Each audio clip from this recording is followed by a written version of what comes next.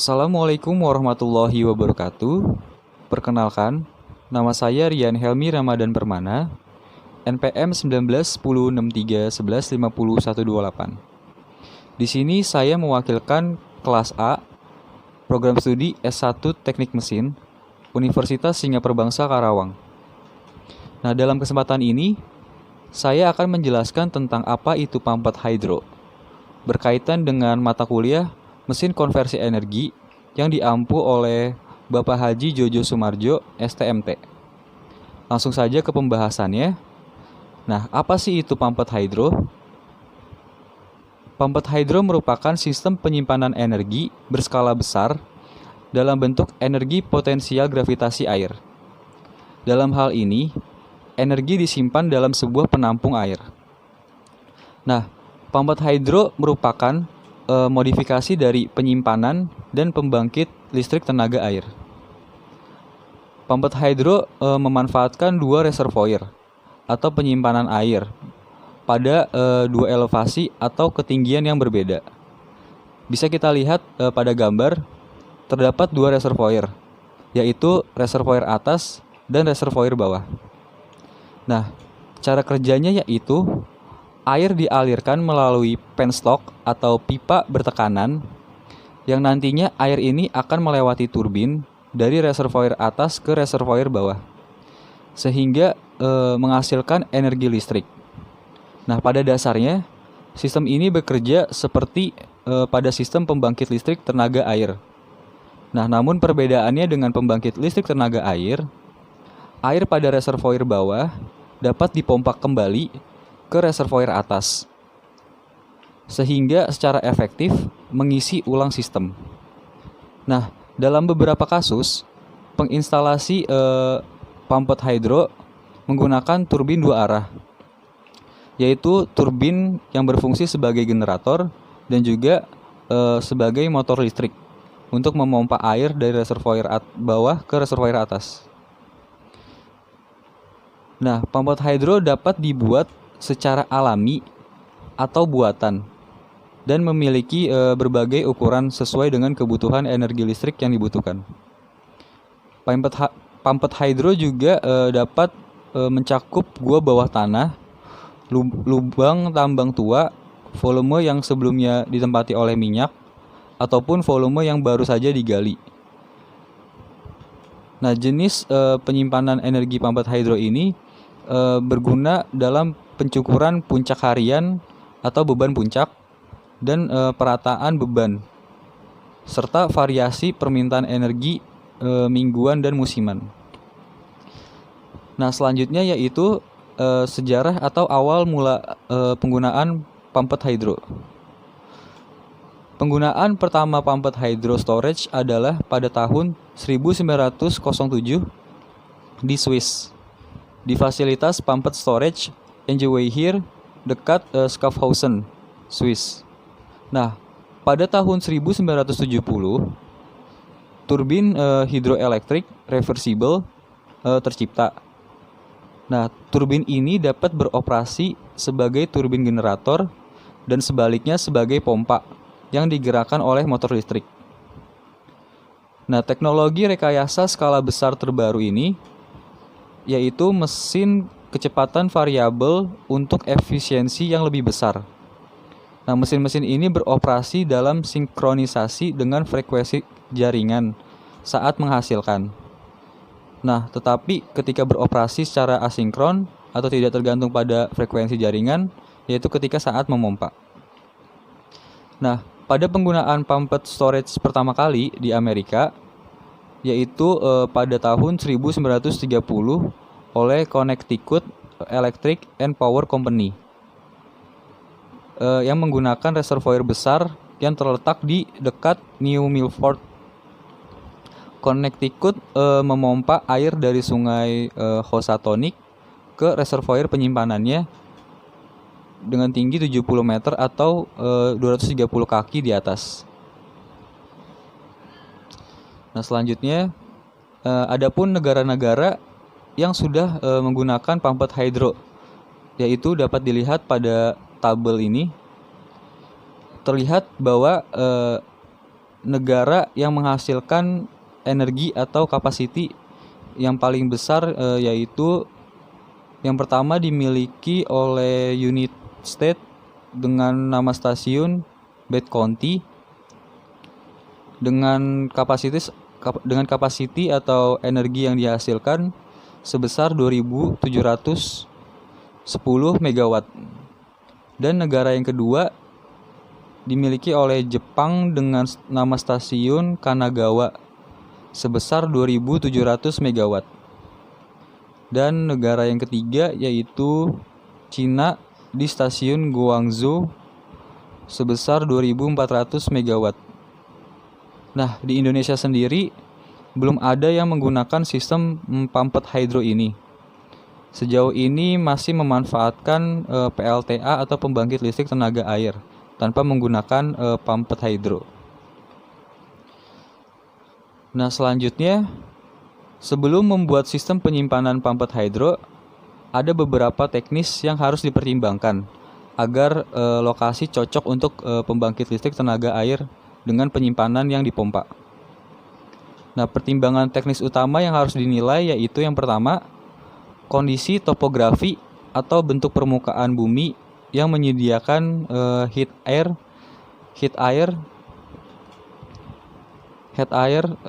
yang cukup antara reservoir atas dan reservoir bawah. Nah, karena pada dasarnya pumped hydro memanfaatkan ketinggian sebagai parameter utama untuk menghasilkan energi potensial gravitasi air agar bisa menggerakkan turbin. Nah, yang kedua yaitu situs geoteknik yang kuat, di mana tidak terjadi longsor atau tanah longsor yang tidak diharapkan. Nah, selanjutnya yaitu tersedianya air dalam jumlah yang cukup. Dan yang terakhir, akses ke jaringan transmisi listrik untuk mengirim energi listrik yang dihasilkan, dan juga untuk menggerakkan pompa yang digunakan sebagai pemompa air dari reservoir bawah ke reservoir atas. Nah, selanjutnya adapun cara kerja pumped hydro sendiri itu sesuai dengan pengertiannya bahwa pumped hydro merupakan sistem penyimpanan energi dengan skala yang besar dalam bentuk energi potensial gravitasi dengan memanfaatkan suatu reservoir atau penyimpanan air pada ketinggian tertentu, di mana nantinya dia dihubungkan dengan reservoir dengan ketinggian yang lebih rendah. Dan juga adanya generator turbin dan pompa. Nah, prinsip kerjanya yaitu ketika energi yang berlebih dari pembangkit listrik tenaga energi terbarukan seperti solar panel ataupun PLTB, maka energi yang lebih ini digunakan untuk menggerakkan motor pompa untuk memompa air dari reservoir bawah ke reservoir atas, sehingga air pada reservoir atas terisi kembali. Dan sebaliknya, jika dibutuhkan penyimpanan energi ini untuk discharging atau membangkitkan listrik, maka air dari reservoir atas akan dialirkan kembali melalui penstock atau pipa bertekanan pada suatu ketinggian tertentu menuju reservoir bawah untuk memutar turbin, dan seterusnya turbin akan memutar si generator dan generator akan membangkitkan listrik. Nah, listrik tadi itu akan ditransmisikan melalui jaringan transmisi ke konsumen yang membutuhkan. Nah, sebenarnya prinsip kerja dari pumped hydro ini seperti baterai, yaitu ada charging dan discharging. Charging yaitu ketika air pada reservoir bawah dipompa menggunakan pompa ke reservoir atas, sehingga air pada reservoir atas terisi kembali. Nah, discharging itu ketika air pada reservoir atas dialirkan melalui penstock ke bawah pada suatu ketinggian tertentu menuju reservoir bawah, sehingga memutar turbin dan menghasilkan energi listrik. Nah, meskipun head tinggi diinginkan, beberapa topografi tidak memenuhi syarat dalam penginstalasiannya. Pumped hydro di atas tanah, dan dengan demikian sistem pumped hydro sering diklasifikasikan sebagai pumped hydro di atas tanah yang mencakup head tinggi, dan juga head sedang yang lebih disukai, dan pumped hydro di bawah tanah. Dapat dilihat pada gambar ini bahwa ini merupakan skema dari sistem penyimpanan pumped hydro konvensional di atas tanah. Pada penginstalasiannya, reservoir atas dibuat dengan head yang lebih tinggi sehingga pipa menuju reservoir bawah sangat curam. Nah, reservoir bawah dibuat setara dengan permukaan tanah ataupun di bawahnya, sedangkan reservoir atas dibuat berada di atas permukaan tanah. Nah, sedangkan untuk pemompaan hidro di bawah tanah, seperti pada gambar yang ditampilkan, untuk mengatasi kebutuhan topografi yang sesuai, pemompaan hidro bawah tanah dipertimbangkan dalam pembuatan sistem ini. Nah, penginstalasiannya yaitu reservoir atas tuh berada di atau dekat permukaan tanah, sedangkan reservoir bawah atau yang lebih rendah ditempatkan di bawah tanah, di gua-gua alam, tambang tua, ataupun rongga bawah tanah lainnya. Nah, untuk prinsip kerjanya sama seperti yang tadi saya jelaskan. Nah, selanjutnya berikut ada video cara kerja pumped hydro. Seperti yang kita ketahui bahwa penggunaan pembangkit listrik tenaga energi tak terbarukan sangat tidak efisien karena energi semakin lama akan semakin habis, dan dampaknya yaitu polusi terhadap lingkungan. Sehingga terciptalah pembangkit listrik tenaga energi baru terbarukan seperti PLTB yang memanfaatkan angin, dan solar panel yang memanfaatkan panas matahari. Nah, selain itu ada air juga yang merupakan salah satu energi yang dapat dimanfaatkan dan tidak akan habis serta keberadaannya yang mudah ditemui. Nah, salah satu penggunaan energi air yaitu merupakan pumped hydro. Cara kerjanya yaitu memanfaatkan turbin generator dan pompa serta reservoir dengan ketinggian yang berbeda. Nah, energi listrik yang disalurkan pada pompa berfungsi untuk memompa air dari reservoir bawah ke reservoir atas, sehingga air pada reservoir atas terisi. Nah, setelah itu, saat terjadi beban puncak yang membutuhkan tambahan energi listrik, maka reservoir atas akan mengalirkan air dari reservoir bawah dan menggerakkan turbin, sehingga menghasilkan energi listrik yang akan ditransmisikan ke konsumen. Nah, untuk energi listrik yang digunakan untuk menggerakkan pompa merupakan energi berlebih yang dihasilkan dari pembangkit listrik tenaga energi baru terbarukan seperti PLTB dan solar panel. Nah, selanjutnya pada asasnya dapat dikemukakan ada 3 faktor utama dalam penentuan pemanfaatan suatu potensi sumber tenaga air bagi pembangkitan tenaga listrik. Di antaranya yaitu jumlah air atau debit air yang tersedia.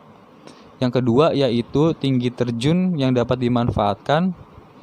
Terus yang ketiga yaitu jarak lokasi yang dapat dimanfaatkan terhadap pusat-pusat beban atau jaringan transmisi. Nah, karena debit air dan juga ketinggian sangat berpengaruh dalam pemanfaatan energi air sebagai pembangkit tenaga listrik, maka dapat dilihat pada grafik bahwa semakin tinggi ketinggian jatuh air, maka akan semakin sedikit debit air yang dibutuhkan. Nah, sedangkan semakin rendah ketinggiannya, maka akan semakin banyak debit air yang dibutuhkan. Selanjutnya, adapun aspek operasional dalam sistem penyimpanan pumped hydro, yaitu cara operasi tradisional untuk pembangkit listrik tenaga air yang dipompa adalah dengan memompa sekitar pukul 10 malam hingga tengah malam dan hingga dini hari, selama periode ketika energi pemompaan berbiaya rendah tersedia dari unit beban dasar. dan untuk menghasilkan selama periode puncak siang hari ketika nilai energi tertinggi. Nah, karena permintaan listrik biasanya lebih sedikit selama akhir pekan, sehingga lebih banyak tersedia energi pemompaan berbiaya rendah. Nah, dalam siklus mingguan, reservoir atas penuh pada Senin pagi atau awal minggu, dan hampir kosong pada Jumat malam, dan unit menghasilkan selama seminggu sebagai bagian dari pengiriman mingguan. Dan selama akhir pekan, unit memompa untuk mengisi penuh reservoir atas. Nah, adapun beberapa faktor yang harus diperhatikan dalam mendesain sebuah pumped hydro, yaitu yang pertama, kelebihan energi yang tersedia di jaringan listrik.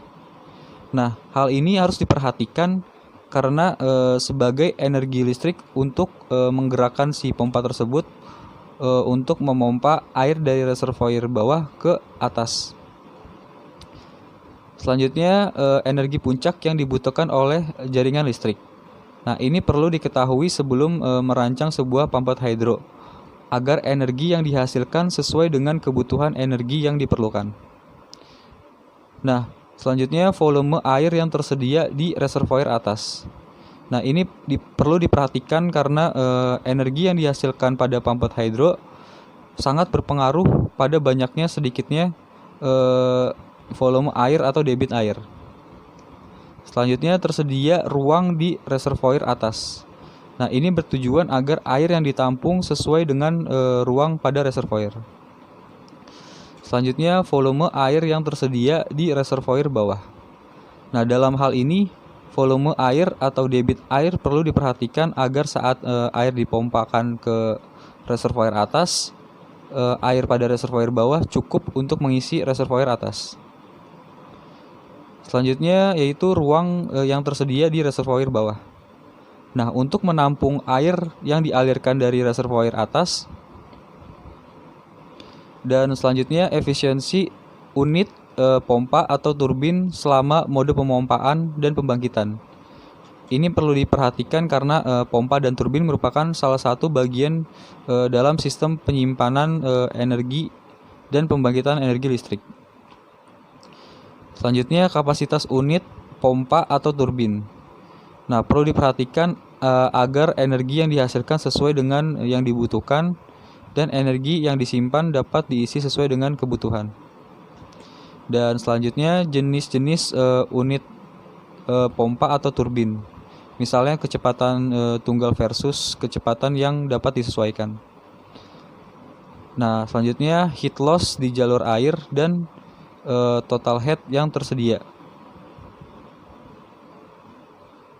Nah, adapun kelebihan dan kekurangan dari pumped hydro itu sendiri. Pada kelebihannya yaitu pumped hydro memiliki nilai keekonomisan yang tinggi karena energi air yang dibutuhkan tidak akan habis. Terus lebih mudah dan cepat digunakan sebagai suplai energi saat terjadi lonjakan demand energi listrik atau beban puncak. Nah, selanjutnya kelebihannya efektif yang rendah terhadap lingkungan, yang artinya memanfaatkan yang telah ada. Selanjutnya nggak ada limbah atau nggak ada polusi yang dihasilkan dari pumped hydro itu. Terus prospek yang bagus untuk mengatasi lonjakan demand energi listrik yang tinggi atau beban puncak. Selanjutnya kelebihannya yaitu dapat digunakan untuk jangka waktu yang lama. Nah, kekurangan dari pumped hydro itu sendiri yaitu biaya pembangunannya yang mahal, pembangunan instalasinya. Nah, selanjutnya air yang telah digunakan tidak dapat dimanfaatkan untuk hal lain kecuali setelah dipompa kembali. Nah, selanjutnya yaitu tergantung pada unit pembangkit lain, karena pada dasarnya pumped hydro ini kan menggunakan unit pompa untuk memompakan air dari reservoir bawah ke reservoir atas. Nah, energi yang digunakan untuk energi listrik yang digunakan untuk menggerakkan si pompa tersebut tergantung pada energi dari unit pembangkit lain. Slide selanjutnya ada rumus-rumus yang berkaitan. Nah, prinsip di balik pumped hydro sendiri itu mengikuti hukum energi potensial air, yaitu kenaikan massa ke ketinggian atau head. Nah, rumus yang diberikan yaitu energi potensial sama dengan percepatan gravitasi per faktor konversi dikali massa dikali ketinggian. Nah, untuk heat operasi pada turbin pompa dalam mode pemompaan atau HP dan dalam mode pembangkitan turbin atau HT berbeda dan masing-masing terdiri dari dua komponen. Bisa dilihat rumusnya HP sama dengan H plus HL, dan untuk turbin HT sama dengan H min HL, di mana H adalah tinggi atau tinggi statis dan HL mewakili rugi-rugi selama kondisi aliran atau yang berbeda dari laju aliran yang berbeda. Nah, kekuatan pemompaan dan pembangkitan yang diberikan dengan menggantikan massa dalam persamaan energi potensial di slide sebelumnya. Nah, dengan laju aliran massa LBM per second atau kilogram per second, dan menggunakan head yang tepat dengan rumus P pompa sama dengan percepatan gravitasi per faktor konversi dikali rho dikali Q atau volume atau debit, terus dikali H pompa. Nah, untuk P turbin sama dengan percepatan gravitasi per faktor konversi dikali rho atau kerapatan air dikali Q turbin, yaitu debit turbin dikali H turbin atau ketinggian turbin. Nah, pada slide selanjutnya ada contoh pemodelan sistem-sistem pumped hydro instalasi terpisah. Bisa dilihat pada gambar pertama di sebelah kiri. Ini merupakan proses ketika pembangkitan energi listrik, yaitu ketika dari air dialirkan dari reservoir atas ke reservoir bawah sehingga menggerakkan turbin, dan turbin menggerakkan generator sehingga generator menghasilkan energi listrik. Nah, bisa dilihat juga di gambar kedua di sebelah kanan, yaitu proses ketika pemompaan atau charging, yaitu ketika air pada reservoir bawah dipompa ke reservoir atas sehingga air pada reservoir atas terisi kembali. Nah, untuk ini merupakan sumber yang kami gunakan dalam pencarian materi. Oke, itu saja yang bisa saya sampaikan. Kurang lebih dan salah kata mohon dimaafkan. Wabillahi taufiq wal hidayah. Wassalamualaikum warahmatullahi wabarakatuh.